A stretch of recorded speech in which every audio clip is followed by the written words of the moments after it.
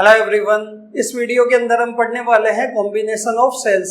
इसके अंदर हम सबसे पहले बात करेंगे सीरीज कॉम्बिनेशन ऑफ सेल्स की, कि हमारे पास बहुत सारे सेल्स है और वो सारे सीरीज में कनेक्टेड है, मतलब एक ही लाइन के अंदर कनेक्टेड है किसी सर्किट के अंदर। तो इन सारे सेल्स की वजह से सर्किट में नेट करंट कितना ड्रॉ होने वाला है, कितना करंट फ्लो करने वाला है, उस करंट की वैल्यू हमें निकालनी है, उसका एक्सप्रेशन हमें निकालना है। ठीक है, तो देखो इसके अंदर हम कंसिडर करते हैं कि हमारे पास n आइडेंटिकल सेल्स है।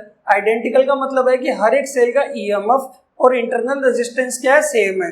तो n identical sales same polarity के सीरीज के अंदर कनेक्टेड है सर्किट के अंदर एक एक्सटर्नल रेजिस्टेंस कैपिटल R के साथ, कि n आइडेंटिकल सेल्स है और वो सारे के सारे सेम पोलैरिटी के हैं। ठीक है, और सीरीज में कनेक्टेड है किसी सर्किट के अंदर एक्सटर्नल रेजिस्टेंस कैपिटल R के साथ। तो उन सारे सेल्स की वजह से सर्किट के अंदर नेट करंट कितना ड्रॉ होने वाला है, नेट करंट कितना फ्लो करने वाला है, उस करंट का एक्सप्रेशन हमें निकालना, वैल्यू हमें निकालनी है।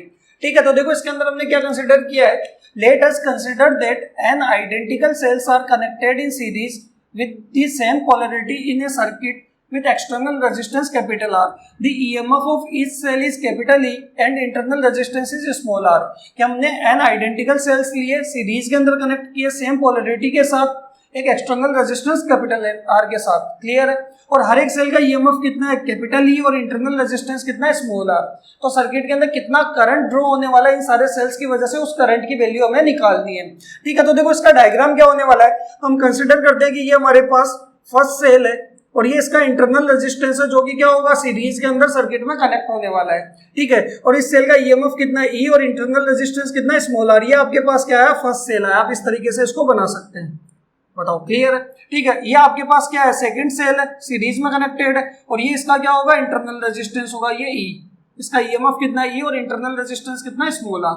ये सेकंड सेल है। ऐसे कितने सेल्स है, n नंबर ऑफ सेल्स क्या है, सीरीज में कनेक्टेड है। तो ये आपके पास n सेल है और ये इसका क्या होगा, ईएमएफ E, और इंटरनल रेजिस्टेंस कितना है, स्मॉल r। तो ये n नंबर ऑफ सेल्स क्या है, सीरीज के अंदर कनेक्टेड है किसी सर्किट के अंदर, किसके साथ, एक एक्सटर्नल रेजिस्टेंस कैपिटल R के साथ। तो ये आपके पास कैपिटल R एक्सटर्नल रेजिस्टेंस, ये इस सर्किट के अंदर क्या है, कनेक्टेड है। तो इस सर्किट के अंदर नेट करंट कितना फ्लो होने वाला है, इस करंट की वैल्यू हमें क्या करनी है, कैलकुलेट करनी है। तो देखो हमें पता है कि नेट करंट कैसे निकलेगा इस सर्किट का, तो करंट का फॉर्मूला होता है ओम्स के according net potential upon net resistance. तो अगर आप देखोगे कि इस सर्किट का, अगर आपके पास हर एक सेल का ईएमएफ पता है कैपिटल E, तो सर्किट का नेट ईएमएफ निकाल लेते हैं और नेट ईएमएफ को नेट रेजिस्टेंस से डिवाइड करेंगे तो सर्किट का क्या आ जाएगा, नेट करंट आ जाएगा। तो यहाँ पे मैं लिख सकता हूँ कि नेट करंट क्या होगा,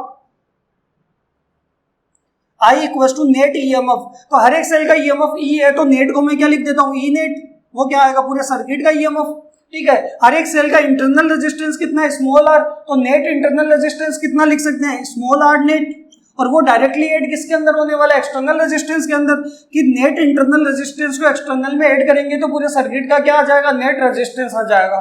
नेट ईएमएफ को नेट रेजिस्टेंस से डिवाइड करेंगे तो आपके पास क्या आने वाला है, नेट करंट आने वाला है। बताओ, क्लियर है यहाँ तक? इसको मान लेते हैं इक्वेशन नंबर 1। अब हम क्या करेंगे, सबसे पहले तो नेट ईएमएफ निकालेंगे सेल का, नेट इंटरनल रेजिस्टेंस निकालेंगे और दोनों की वैल्यू यहाँ पे पुट करेंगे तो आपके पास क्या आ जाएगा, नेट करंट आ जाएगा। बताओ, क्लियर है? तो नेट ईएमएफ क्या होने वाला है पूरे सर्किट का, तो हमें पता है हर एक सेल का ईएमएफ कितना है, कैपिटल E, और सारे सेल्स आपस में अपोजिट टर्मिनल के साथ कनेक्टेड है, कि पहले सेल का नेगेटिव दूसरे के पॉजिटिव से कनेक्टेड है। और हमने कनेक्शन ऑफ सेल्स के अंदर पढ़ा था कि जब सेल अपोजिट टर्मिनल के साथ कनेक्ट होते हैं तो उनका ईएमएफ क्या होता है, डायरेक्टली ऐड हो जाता है। तो यहाँ पे भी सारे सेल्स अपोजिट टर्मिनल के साथ कनेक्टेड है, तो यहाँ पे हर एक सेल का ईएमएफ क्या होगा, डायरेक्टली ऐड होगा, तो क्या आ जाएगा, नेट ईएमएफ आ जाएगा। क्लियर है? तो यहाँ पे अगर आप देखोगे तो हर एक सेल का ईएमएफ E है, तो E n टाइम्स तक ऐड होगा तो कितना आ जाएगा, n ही। ठीक है, तो आप लिख सकते हो कि नेट ईएमएफ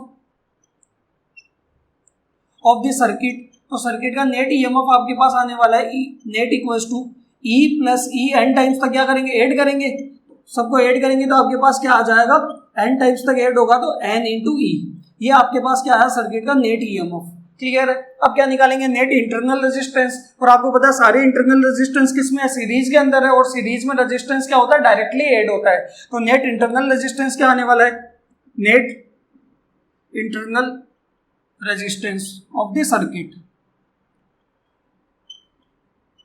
तो अगर आप देखोगे नेट इंटरनल रेजिस्टेंस आएगा R net equal to, series में डायरेक्टली ऐड हो जाएंगे तो R plus R N times तक ऐड करेंगे तो ये भी कितना हो जाएगा, एन इंटू आर।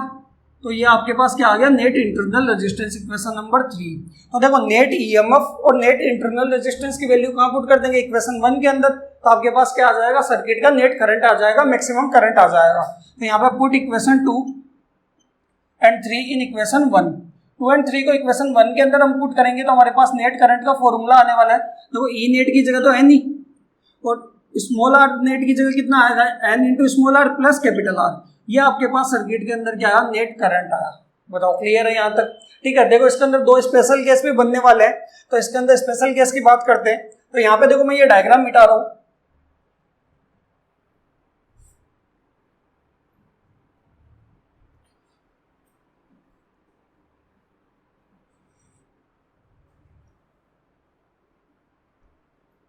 इसके अंदर केस 1 होने वाला है, इफ इंटरनल रेजिस्टेंस क्या है, एक्सटर्नल रेजिस्टेंस से बहुत ज्यादा छोटा है, कि small R is less than capital R. तो इस केस के अंदर हम स्मॉल आर को क्या कर सकते हैं, नेग्लेक्ट कर सकते हैं, कि कैपिटल आर से स्मॉल आर क्या है, बहुत ज्यादा छोटा है, तो उसको हमने क्या कर दिया, नेग्लेक्ट कर दिया।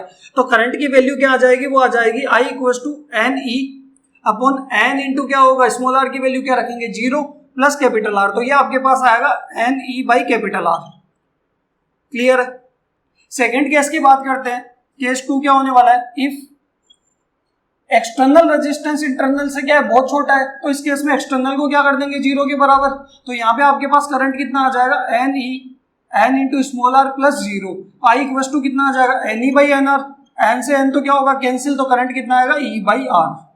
बताओ क्लियर है? तो अगर आप दोनों केस में बात करोगे कि मैक्सिमम करंट कौन से केस के अंदर आ रहा है, तो यहाँ पे अगर आप देखोगे तो यहाँ पे E बाई आर की value n number of cells से क्या हो रही है, मल्टीप्लाई हो रही है। ठीक है, लेकिन यहाँ पे नहीं हो रही, तो इस केस के अंदर करंट क्या आने वाला है, ज्यादा आने वाला है। तो मैक्सिमम करंट कौन से केस में आएगा, जब इंटरनल रेजिस्टेंस एक्सटर्नल से क्या होगा, बहुत ज्यादा छोटा होगा, उस केस के अंदर मैक्सिमम करंट सर्किट में आने वाला है। तो आप इसके अंदर लिख सकते हो कि maximum current drawn in the circuit when internal resistance is much less than external resistance, कि इंटरनल रेजिस्टेंस एक्सटर्नल से बहुत ज्यादा छोटा होगा तो सर्किट के अंदर मैक्सिमम करंट ड्रॉ होने वाला है। क्लियर है यहाँ तक? तो ये आपके पास सीरीज कॉम्बिनेशन ऑफ सेल्स।